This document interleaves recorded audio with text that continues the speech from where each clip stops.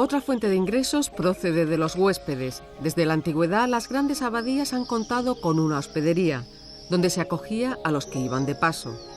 La de Poblet está gestionada por la Hermandad de Amigos, una comunidad seglar que depende del monasterio.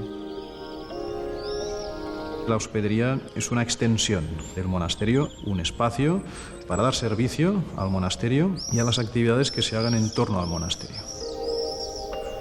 Es una hospedería adaptada a los tiempos que corren, con lo cual también no es solo el peregrino a quien acoge, también puede ser al turista.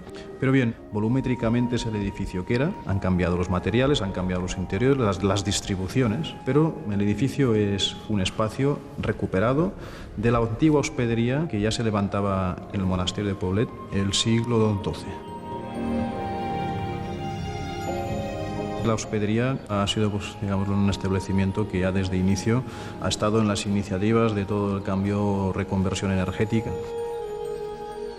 Estamos en la cubierta de la sala de calderas, una parte del edificio de la hospedería, donde está instalada el sistema de captación de energía solar para calentar agua caliente que se usa a nivel sanitario dentro de la hospedería.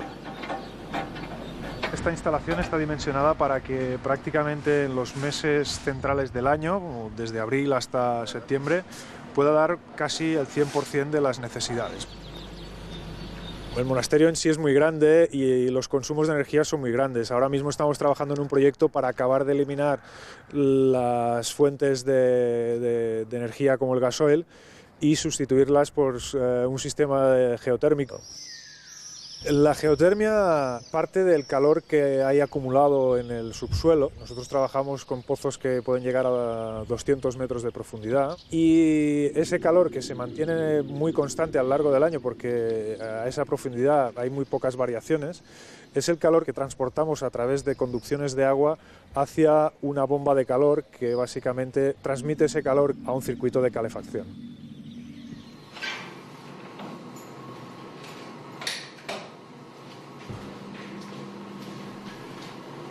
Poblet será uno de los primeros lugares de España donde se aplique la geotermia.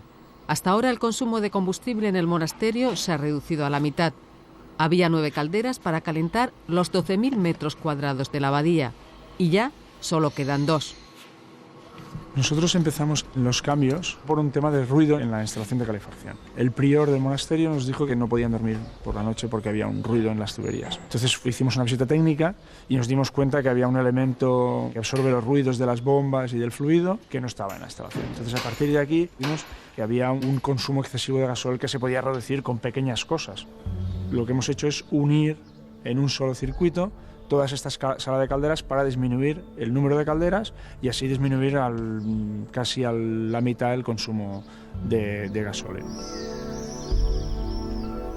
El combustible de origen fósil en un momento llegará a no usarse aquí en el monasterio. El último proyecto, juntamente con la geotermia, espera usar la energía que podamos sacar de la masa forestal, de la biomasa de los bosques que rodean el monasterio.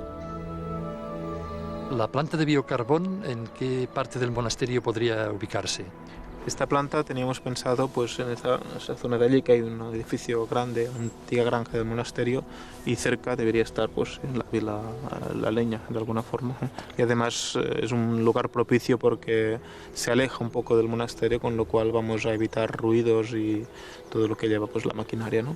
¿Y biocarbón y geotermia juntos podrán eliminar el consumo de hidrocarburos, de propano y de gasóleo para la calefacción del monasterio?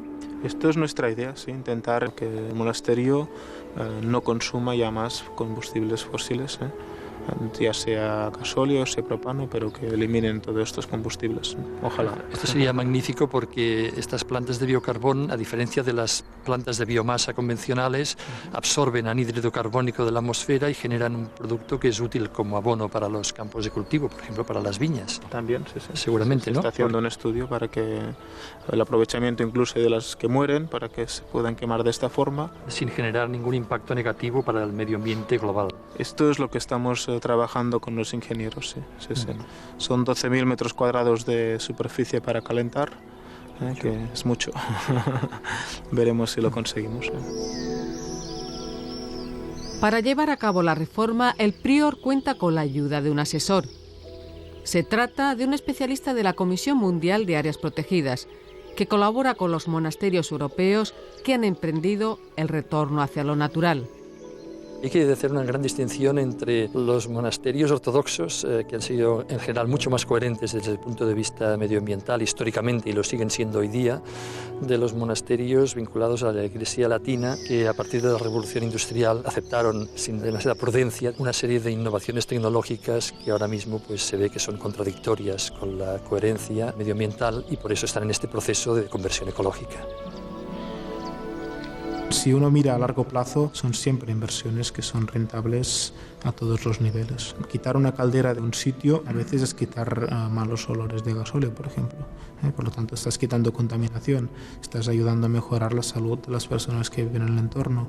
Si además la comida es ecológica, la salud también mejora, con lo cual hay menos gastos en medicinas. Es una cadena que una vez empezada, la rentabilidad funciona en ese aspecto. Poblet está encaminado a ser coherente en relación con el medio ambiente. Ha tomado la decisión de emprender un proceso de conversión ecológica, así es como le llaman, y ha arrastrado además al resto de monasterios cistercienses de la Congregación de la Corona de Aragón.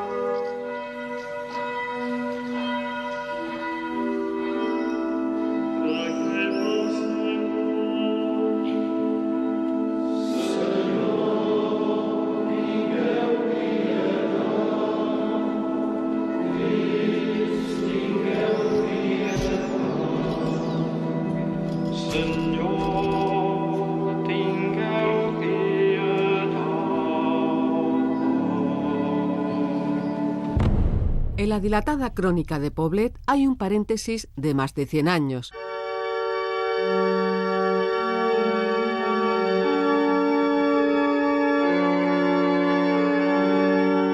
Se extiende a lo largo del siglo XIX, cuando la desamortización de Mendizábal expropia a la Iglesia de sus bienes. Los conventos y monasterios se quedan vacíos. Los monjes se ven obligados a huir. Libros, tapices, altares, tumbas, imágenes religiosas, todo eso desapareció literalmente y solo ha quedado vestigios en algún museo, el Archivo Histórico Nacional de Madrid y libros dispersos, la mayor parte destruida. La devastación llegó hasta Las Piedras. Durante años el monasterio se usó de cantera.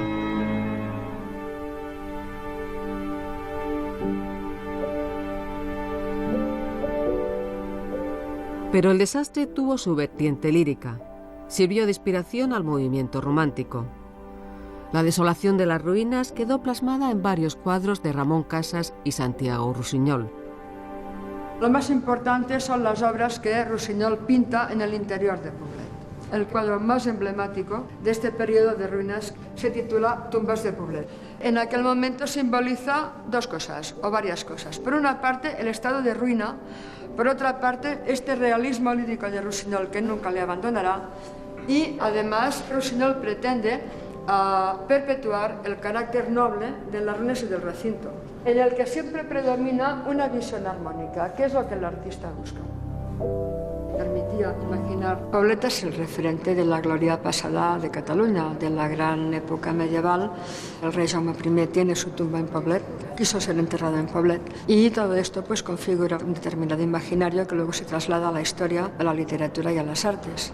Ha sido una visita que para mí será inolvidable, muy singular, porque estás hablando con personas que viven ahí y que tienen un determinado sentir, una determinada visión del recinto donde habitan, y tú les estás contando otra visión que no es nada incompatible y por tanto es muy enriquecedora. Ellos reconocen piedra a piedra todo el recinto y les ha gustado mucho verlo pintado tal como era en un momento de abandono, pero con una visión tremendamente lírica que Rusiñol le prestó. Si hablasen las piedras, no diría que eso debió ser muy duro, ¿no? Después de siglos de vida monástica, de un gran esplendor de la comunidad, esto tenía que ser muy duro, como también debió ser muy duro cuando empiezan a venir los monjes. En el año 1940, la vida de aquellos 4 primeros monjes italianos y los primeros españoles que fueron viniendo, el padre Roberto, el padre Benet, debió ser una época dura, difícil.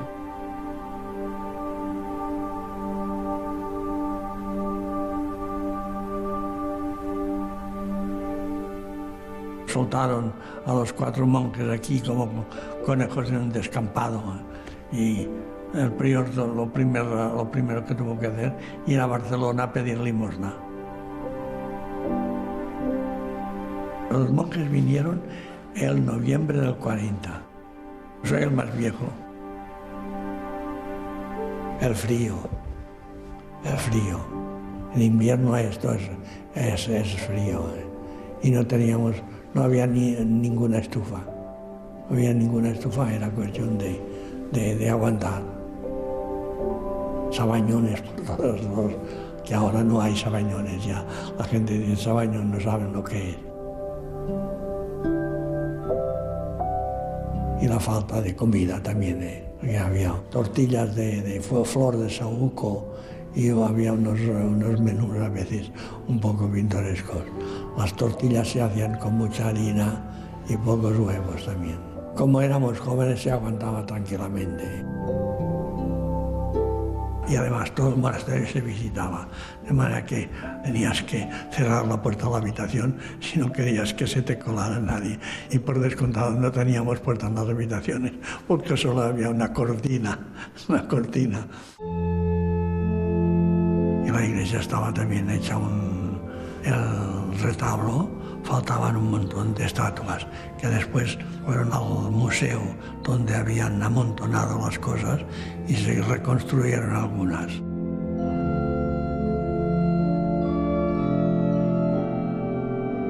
El panteón, el mayor tesoro del monasterio, también sufrió la barbarie. Junto a la Catedral de Granada y el Escorial, Poblet fue una cripta real. Desde el siglo XII hasta el XV se enterraron aquí a los representantes de la corona de Cataluña y Aragón. Los restos de los reyes sufrieron la destrucción del siglo XIX, fueron profanados, tirados por el suelo por los buscadores de tesoros y llevados primero a la Espluga de Francolí y el resto a Tarragona, donde estuvieron depositados en la catedral prácticamente un siglo, hasta que, restaurada la vida monástica y los panteones por Federico Marés.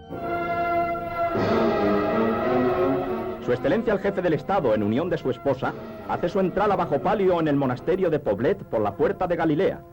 En el solemne Te Deum oficia el abad general de la Orden del Cister. Su Excelencia el Jefe del Estado. En 1952, con toda la pompa y circunstancia de la época, pues se trasladaron los restos de los reyes que yacen en tumbas que ya no son las suyas identificadas y singularizadas, sino que son unas tumbas comunes, pero los restos continúan allí. En la segunda mitad del siglo XX se intensifican las obras de reconstrucción. El padre Tuya vivió de lleno esa etapa. Una de las prioridades fue delimitar la zona de clausura. Fue en los años 50 en que se fijaron los límites. Es decir, cuando nos dieron el usufructo, que hasta aquel momento no lo teníamos, al no tenerlo, claro, era vía libre. Pues al darnos el usufructo es cuando fijamos pues los contornos. Que el turismo iría por la parte central, vería todas las dependencias por una parte y nosotros iríamos por la otra.